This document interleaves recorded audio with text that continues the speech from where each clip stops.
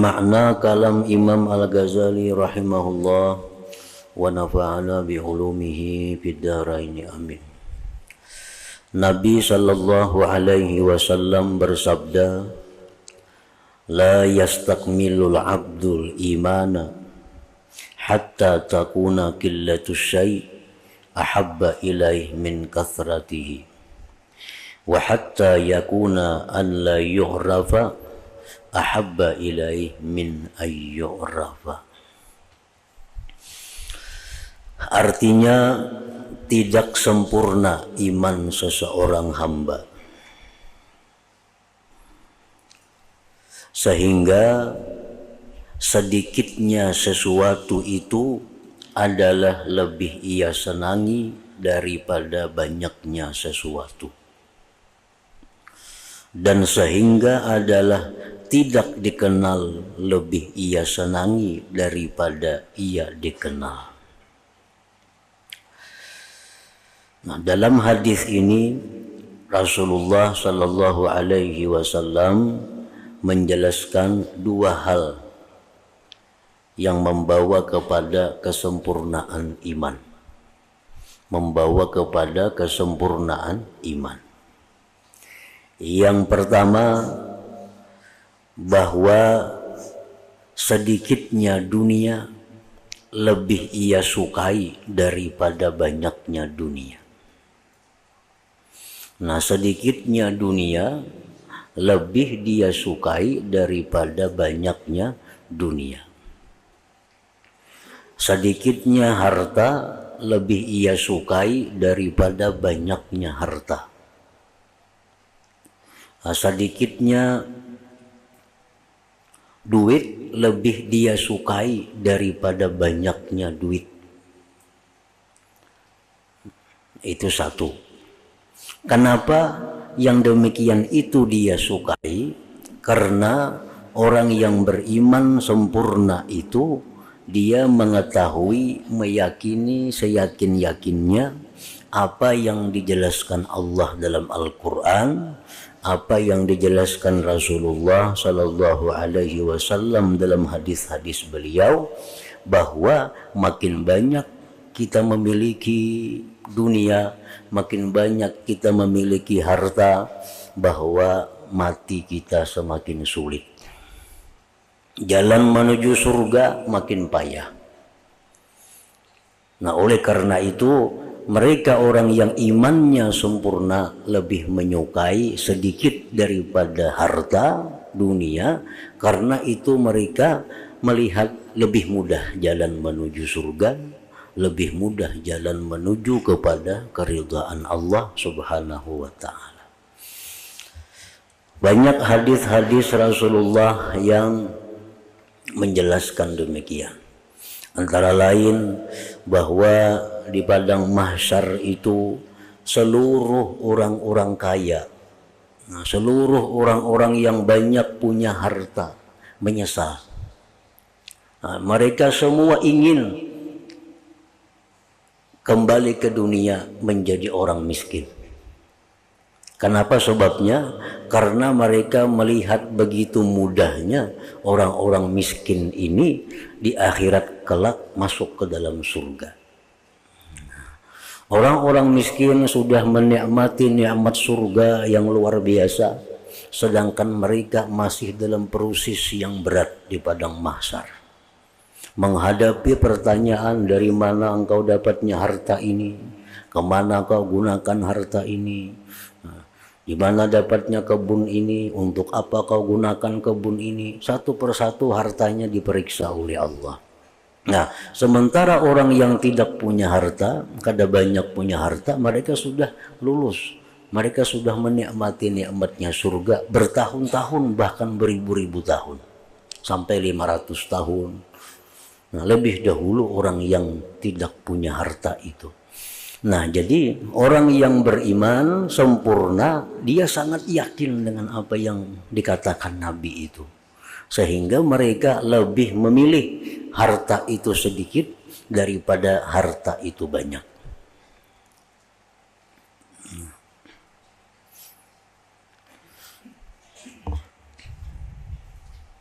Nabi yang paling akhir masuk surga Nabi Sulaiman. Kenapa sebabnya? Karena Nabi Sulaiman paling kaya. Sehingga nabi-nabi lain sudah di surga, Nabi Sulaiman masih dalam proses perhitungan. Padahal ini nabi. Ada sahabat Nabi yang 10 yang dijamin ke surga. Nah, di antara 10 yang dijamin ke surga ini paling tadudi masuk surga itu Abdurrahman bin Auf. Nah, karena beliau orang yang paling kaya di antara sahabat yang 10 itu. Padahal Nabi Sulaiman itu kaya yang bujur. Dapat dari yang halal, menggunakannya di jalan yang halal. Sosialnya, sedekahnya sudah kada bisa dihitung lagi. Abdurrahman bin Auf kekayaannya dari jalan yang halal. Sigin gunakan di jalan yang diridai oleh Allah, kekayaannya itu tetap paling akhir masuk surga di antara 10 sahabat tadi. Nah, orang yang imannya sempurna sangat meyakini itu.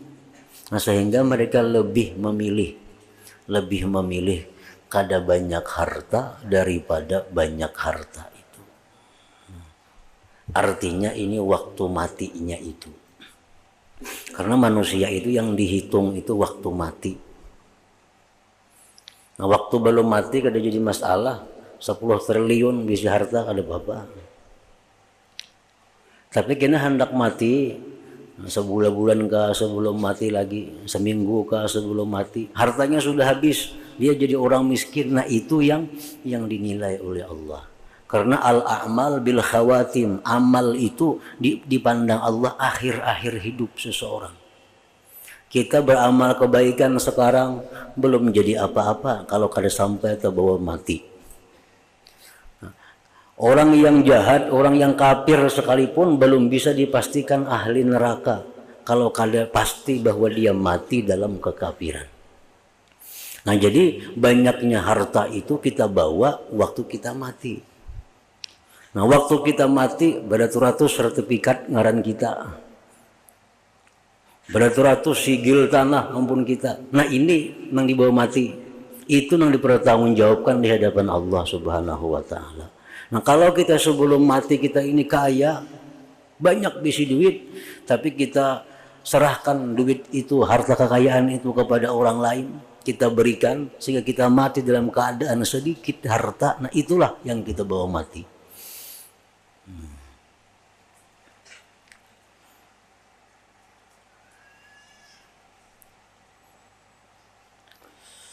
Makanya Nabi kita dalam doa sidin antara lain, ya Allah matikan aku dalam keadaan miskin. Itu doa Nabi, ya Allah matikan aku dalam keadaan miskin dan kumpulkan aku di akhirat kelak bersama-sama orang miskin. Nah, jadi mencari Nabi di akhirat tuh kadang alih di mana bubuhan miskin di situ Nabi bandak. Bubuhan yang kaya-kaya tuh kada ada nabinya situ. Nah, jadi orang beriman tuh tahu benar itu, mengerti benar ini, percaya benar ini, lalu orang yang beriman sempurna tadi dia memilih lebih baik sedikit harta daripada banyak tadi. Nah, karena kita di akhirat bakal lumpuk lawan Nabi. Karena Nabi kita sudah minta kepada Allah, Allahumma syurni ma'al miskin. Ya Allah, halau aku kumpulkan aku di akhirat beserta orang miskin. Jadi hitung-hitungan sugih itu nah, jangan sampai terbawa mati kesugihan tuh. Jangan sampai terbawa mati. Pas mati bisa rumah hampir 5 buah, motor 5-6 buah, kebun beratus hektar mati. Nah, ini nang terbawa mati nih, nang jadi masalah.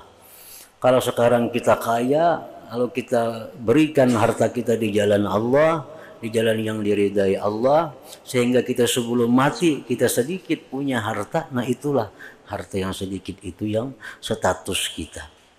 Jadi apakah kita di akhirat itu sebagai miskin, apakah sebagai orang kaya yang dipandang waktu kita tutup usia. Waktu tutup usia itu status kita di akhirat, kaya atau miskin, mukmin atau kafir, salih atau fasik, itu yang dipandang adalah waktu tutup usia. Bila waktu kita mati itu kita dalam keadaan salih, status di akhirat salih. Nah, bila kita mati dalam keadaan iman, nah, status di akhirat kita iman. Jadi yang dipandang itu khawatim, kesudahannya. Menjelang umur habis, itulah yang kita bawa ke akhirat, status kita itu. Orang yang sekian banyak berisi dosa, lalunya tobat kepada Allah, mati. Nah, mati dalam keadaan tobat. Jadi orang ini mati dalam keadaan bersih dari dosa. Karena at-taib minaz dzambi kaman la dzambalah. Orang yang tobat dari dosa seperti orang yang tidak punya dosa. Jadi inya berbuat dosa waktunya hidup, begitu menjelang mati inya tobat. Nah, kayaknya di akhirat inya adalah orang yang tidak punya dosa. Orang yang waktu hidupnya banyak beramal saleh, waktu hendak mati, nah, berubah kelakuannya menjadi orang jahat, orang fasik, akhirnya dia mati. Nah, mati dalam keadaan itu, maka di akhirat pun statusnya adalah orang yang fasik. Nah, orang yang hidupnya miskin hidup melarat, dapat mendulang intan kayak hintalo. Hanya sehari mengikuti, mati dalam keadaan kaya. Karena matinya rahatan mengikuti intan kayak hintalo itu. Jadi yang dipandang oleh Allah matinya itu, amal kitanya di ujungnya. Nah, jadi pertama itu dia menyukai sedikit sesuatu dunia daripada banyaknya. Yang kedua, orang yang sempurna iman, dia menyukai tidak dikenal orang. Dia menyukai tidak dikenal orang daripada dikenal orang. Dikenal apa? Dikenal kesalihannya, dikenal ketakwaannya. Itu yang dimaksud. Bukan dikenal keilmuannya. Kalau kita ingin dikenal bahwa kita ini alim, supaya orang belajar dengan kita, itu satu kebaikan. Karena mau kita bersembunyi, nah kita orang kada tahu pada kita alim, kada belajar orang. Tapi kalau kesalihan, ketakwaan, nah itu kita lebih suka kada dikenal orang daripada dikenal orang. Biar dikenal orang sebagai orang biasa. Kada dianggap orang yang takwa kepada Allah, kada dianggap orang yang saleh, kada jadi soal. Itu lebih dia sukai daripada dimasyhurkan orang sebagai orang yang takwa kepada Allah. Lebih suka dia daripada dimasyhurkan sebagai orang yang ahli kesalihan umpamanya.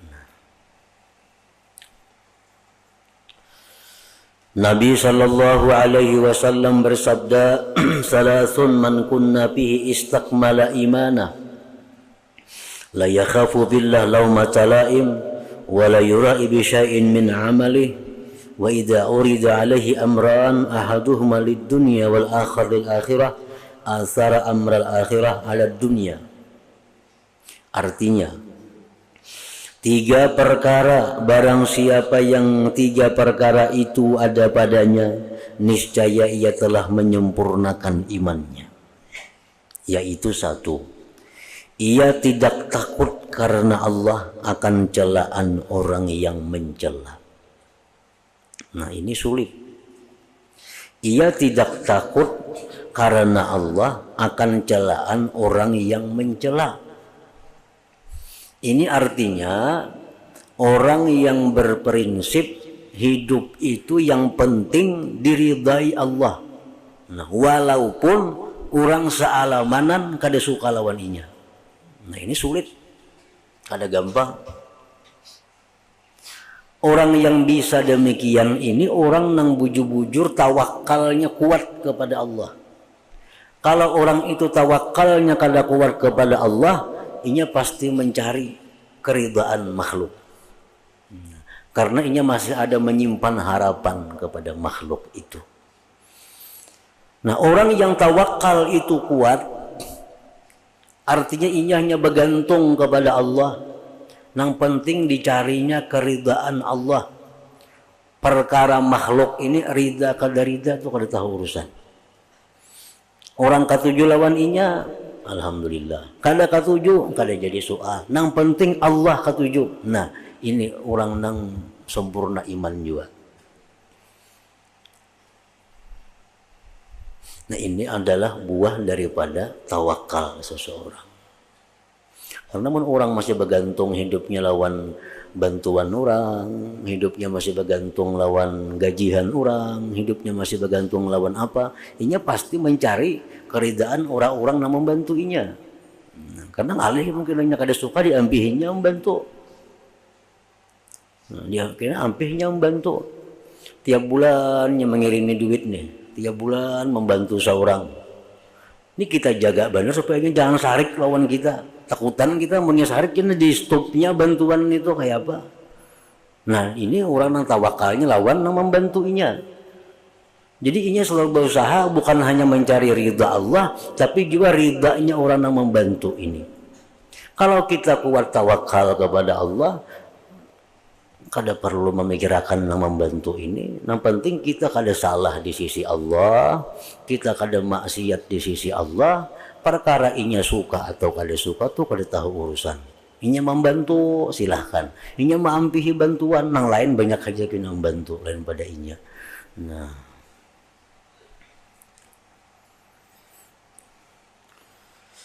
jadi kesempurnaan iman itu adanya niscaya tidak takut karena Allah akan celaan orang yang mencela. Ini penyakit. Kalau kita mencari keridhaan orang tuh penyakit. Mestinya yang kita cari itu keridhaan Allah aja semacam. Dan ini penyakit menghinggapi penuntut-penuntut ilmu, penyakit yang menghinggapi orang-orang yang berilmu, menghinggapi penyakit orang-orang yang paamal. Ini takutan benar ampih dibantu orang itu. Ini hidupnya bergantung di situ. Si A, si B, si C nang tiap bulan ngiriminya, dijaganya benar itu. Kalau pina sarik kena ampih mengirimi. Nah, ini orang berilmu nang kada betuhan ngarannya. Ini nang kayak apa kata halang tak bujur ke asal nang ini jangan sarik nang membantuinya ini nah. Nah, mestinya orang-orang yang berilmu itu, orang yang beribadah itu yang dicari adalah keridaan Allah karena bergantung lawan Allah. Perkara sipulan yang tiap bulan membantuinya itu imbah kita doakan inya selamat, doakan inya ke surga, habis sudah. Itu kan alahan pada bantuannya itu doa kita itu. Orang membantu kita 1 miliar umpamanya. Kita doakan ya Allah mudahan nya ke surga sarumahan mati. Gana pada 1 miliar doaan itu. Kada usah kita takutan cari giinya, takutan kada dihiraninya. Nah, ini orang kada betuhan itu. Nah, ini penyakit orang penuntut ilmu, penyakit ulama, penyakit orang-orang yang ahli ibadah, bergantung lawan yang membantuinya.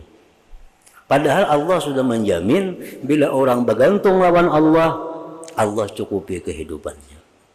Allah cukupi kehidupannya.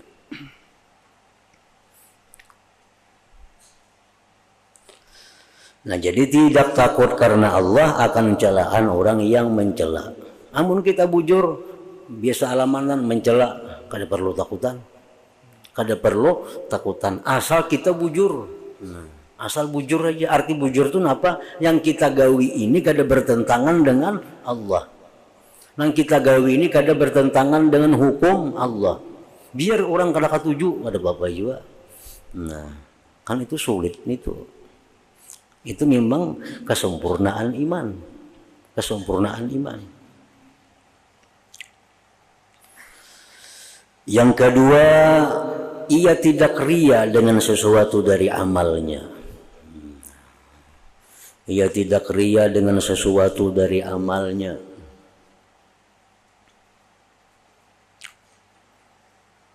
Artinya beribadah kepada Allah, beribadah kepada Allah kada mengharapkan pujian orang, kada mengharapkan perhatian orang, kada mengharapkan barian orang. Ini semata-mata beribadah itu murni menjunjung perintah Allah. Itu orang yang sempurna imannya. Yang ketiga, apabila ditawarkan kepadanya dua macam, yang satu untuk dunia dan yang lainnya untuk akhirat, niscaya ia mengutamakan urusan akhirat atas urusan dunia. Ini berpahala bila menggawi ini cuma gratis, kalau ada duitnya. Nang ini untung jadi duit cuma kalau ada pahalanya. Nah, orang yang sempurna iman ini memilih nang ada pahala. Nang ada pahala itu andai kata kedua-duanya kada kawa dikumpulkan. Amun kawa dikumpulkan keduanya itu paling baik sudah. Nang pahala ini dapat, nang duit ini dapat tuh paling bagus. Kan Tuhan pun mengajari kayak itu, Rabbana atina fid dunya hasanah wa fil akhirah hasanah. Nah, kan kedua-duanya itu dapat. Cuma kalau dipilih satu dengan itu, nah orang yang sempurna iman tuh memilih akhirat, memilih akhirat. Cuma kalau kedua-duanya ambil kedua-duanya. Rabbana atina fid dunya hasanah wa fil akhirah hasanah itu. Nah, amun kada kawa kedua-duanya harus satu aja misalnya. Nah, ambil nang wa fil akhirah hasanah, akhirat nang baik. Nah, itu orang yang sempurna keimanannya.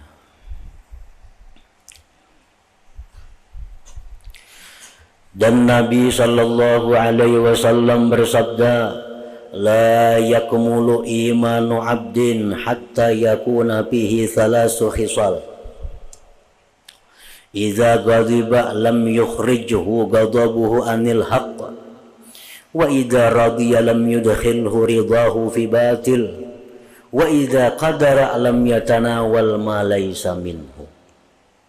Artinya, tidak sempurna iman seseorang sehingga ada padanya tiga perkara. Satu, apabila ia marah, niscaya marahnya itu tidak mengeluarkannya dari kebenaran. Marah, ayo aja marah. Karena itu manusiawi. Orang kada marah itu kada manusia. Kada manusia. Marah itu disuruh dalam kadang-kadang, dilarang kadang-kadang. Tapi kalaupun marah, jangan sampai marah itu mengeluarkan dari kebenaran.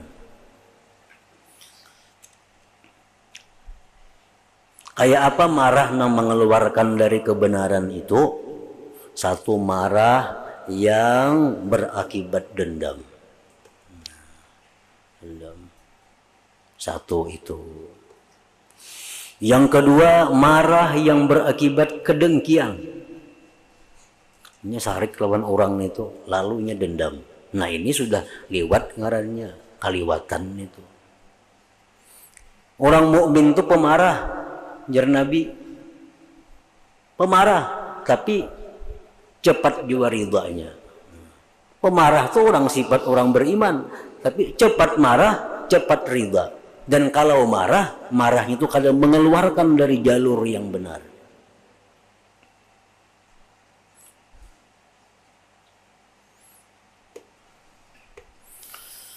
Dendam, dengki,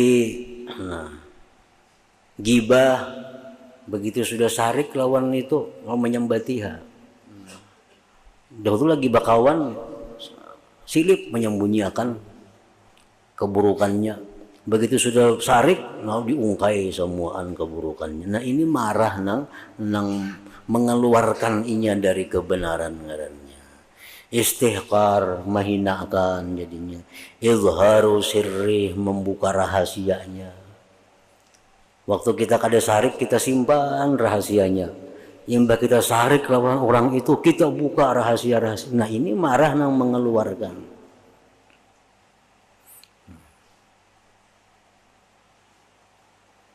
Memutuskan hubungan, kat usilah, memutuskan hubungan, baik hubungan sedekah, baik hubungan apa, diputus. Lagi kita ketujuh lawan orang itu, kita bantu, tiap bulan. Sudah kita sarik, diampihi semuaan. Ini orang kada beriman sempurna ngarannya itu. Itu banyak itu kita, dan itu umumnya orang manusia. Manusia umum jam itu bila nyakat 7 dibantunya habis-habisan, bila sudah kadakat 7 lagi, nah ada lagi yang diambilnya salahnya.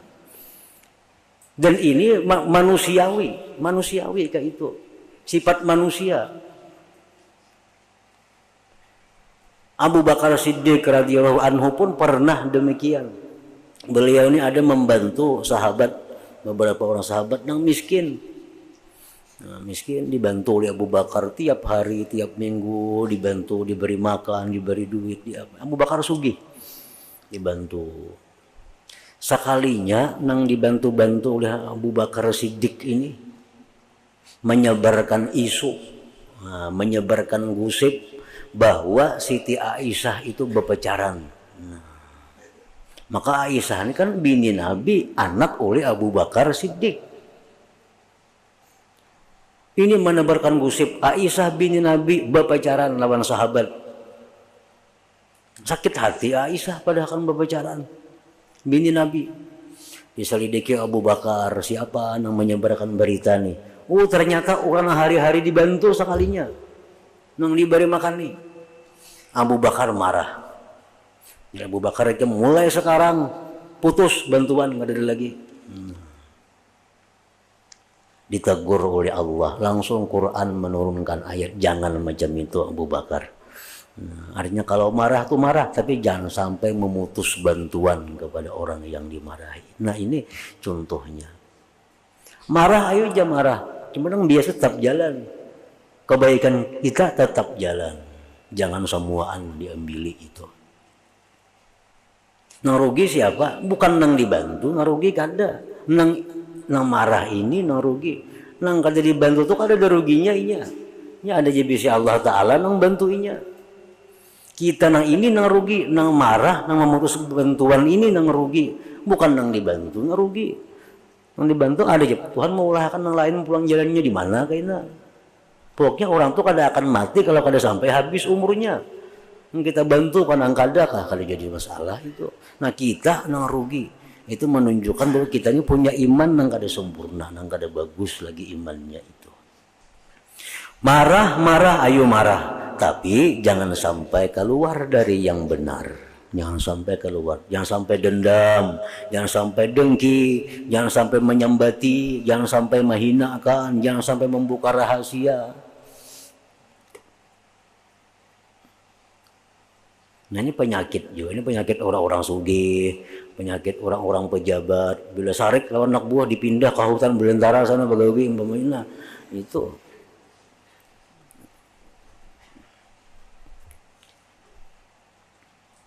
Apabila ia marah, niscaya marahnya itu tidak mengeluarkannya dari kebenaran.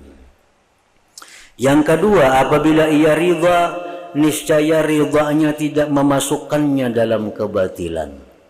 Senang kepada makhluk, senang kepada manusia, terpuji, bagus. Tapi kesenangan kita kepada makhluk itu jangan sampai membuat kita ini batil, membuat kita ini dosa. Kakak tujuan lawan orang itu nah kita, kasusukaan lawan orang itu, kecintaan lawan orang itu, sehingga orang itu berbuat salah kita ya tuh kada hendak menegur. Takutan kalau tersinggung kena inya. Takutan kalau nya kena sarik lawan aku. Takutan kena kalau nya kada mehirani aku lagi. Kasasayangan lawan orang itu. Padahal orang tuh banyak gawiannya yang salah-salah. Yang kita tahu bujur. Kita kada hakun menagur. Kenapa? Karena kasayangan lawan inyan itu nah itu sayang nang mengeluarkan dari kebenaran. Sayang lawan makhluk tuh disuruh. Cinta kepada makhluk tuh disuruh. Tapi jangan sampai membawa kita kepada kebatilan. Wa idza radiya lam yudkhilhu ridha fi batilin.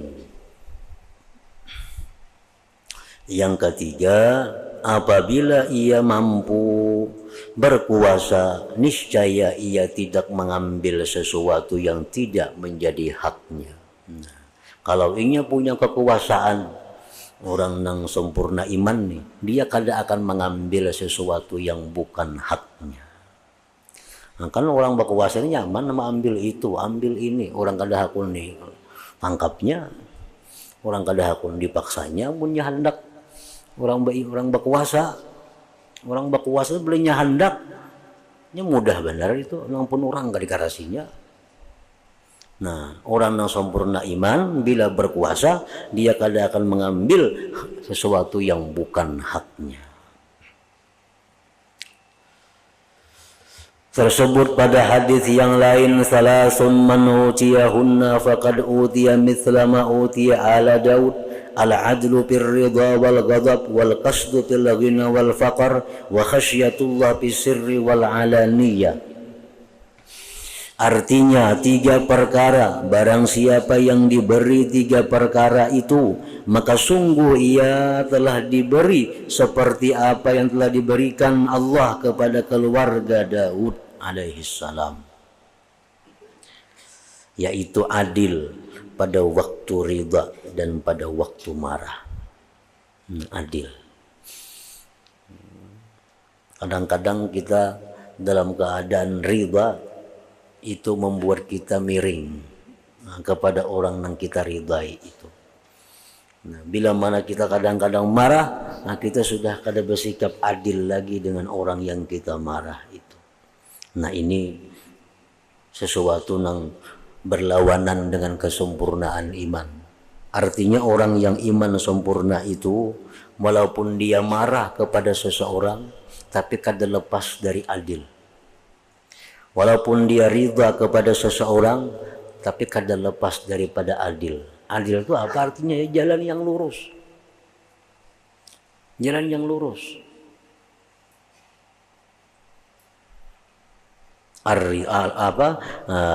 Al-adlu fir ridha wal ghadab.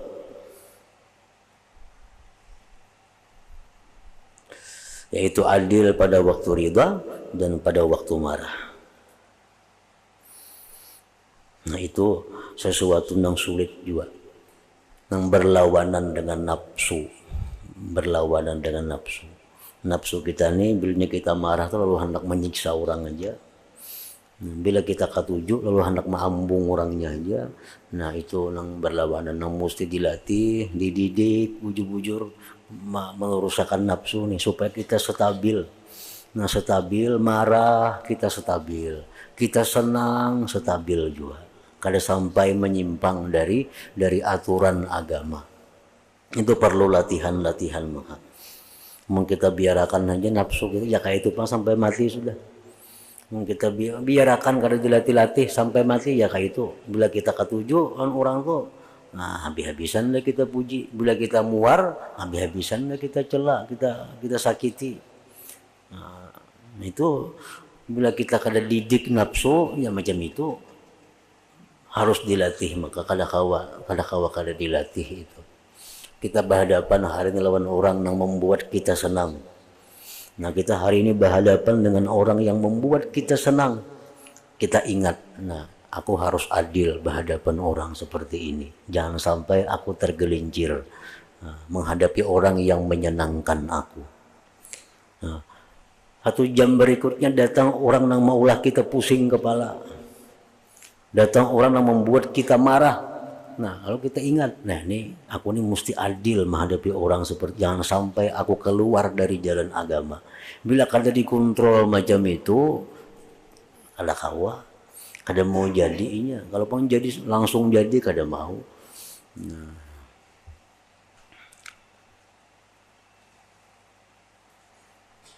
Jadi agama itu kada menuntut kita memberi lebih kepada orang yang kita senangi, memberi kurang kepada orang yang kita marahi. Agama kada mengajar itu. Kita boleh memberi lebih kalau itu orang lebih dicintai Allah. Boleh kita memberi kurang, bahkan kada memberi kalau itu orang memang musuhnya Allah. Ukurannya di situ. Bukan ukuran nafsu kita kada. Ini orang ini ketujuh lawan orang ini aku nah. Orang ini aku kalau ketujuh lalu gawiannya mulai aku sarik saja rajin. Nah, kalau kita ada duit 2.000 bagi 1.000 seorang. Bagi 1.000 seorang. Nah, itu ngarannya adil dalam ridha dan marah. Tapi kalau ini orang nang ku ketujuh ini orangnya memang saleh orangnya, ahli ibadah, ahli takwa. Nang aku muar memang orangnya kada baik juga, orangnya memang fasik. Nah itu ayo jadi potong. Ini tahun 2000 ini 500 saja diberi kada apa-apa itu. Tapi ukurannya bukan senang marahnya kita nafsu kada, tapi ukurannya adalah ukuran Allah Ta'ala. Nah itu artinya ridha ini.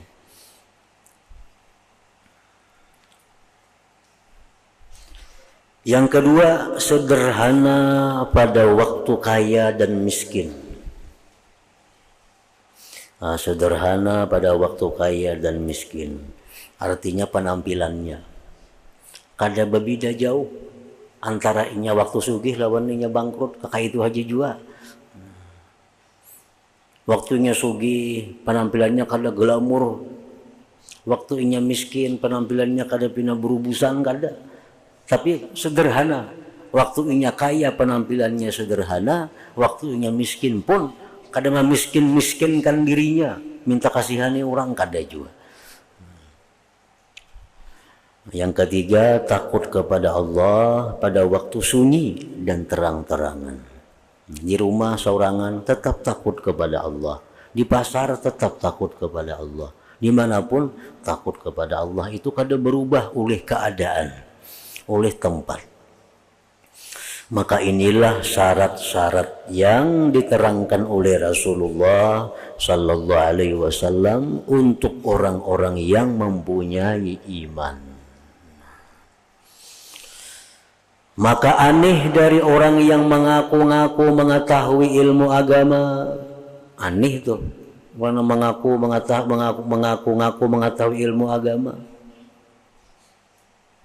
Mengaku-ngaku mengetahui ilmu agama itu ada dua macam pengertiannya. Yang pertama ada yang kal, ada yang hal. Nengkal itu artinya jadinya aku kos itu kemari sudah mengaji. Nah, kok guru ini, guru itu, guru ini, kitab itu, kitab ini, ujarnya nih, muntungnya bersuara. Nah itu mengaku-ngaku ilmu agama. Ada yang diam aja, diam. Cumanya menampakkan bahwa kesana mengaji, ke sini mengaji, ke situ mengaji. Ini sudah menampakkan bahwa dia itu adalah orang yang punya ilmu agama, walaupun dia kada mengaku. Tapi kelakuannya sudah menunjukkan bahwa dia orang yang penuntut ilmu agama. Dia kada mengaku, bang, aku menuntut ilmu siang malam, kada ada bersuara kayak itu. Cuma kenyataannya ini bila malam tulak menuntut ilmu, siang menuntut ilmu, nah itu sudah mengaku. Aneh orang yang mengaku-ngaku mengetahui ilmu agama dan tidak ditemukan dalam dirinya seberat atom pun dari syarat-syarat ini. Aneh. Orang yang banyak mengetahui agama, tapi ketika marah sudah di luar kewajaran. Kalau inya senang di luar kewajarannya juga. Nah itu aneh itu. Kemudian adalah bahagian dari ilmu dan akalnya itu bahwa ia mengingkari apa yang tidak ada melainkan sesudah melewati makam-makam yang besar lagi tinggi di belakang iman. Nah, jadi kalau hendak melampaui, hendak menemui makam kedudukan yang tinggi, sempurnakan dulu iman ini. Sempurnakan dulu iman. Karena di belakang iman itu ada makam-makam, tempat-tempat yang tinggi yang mendekatkan kita kepada Allah. Pokok utama sempurnakan dulu iman.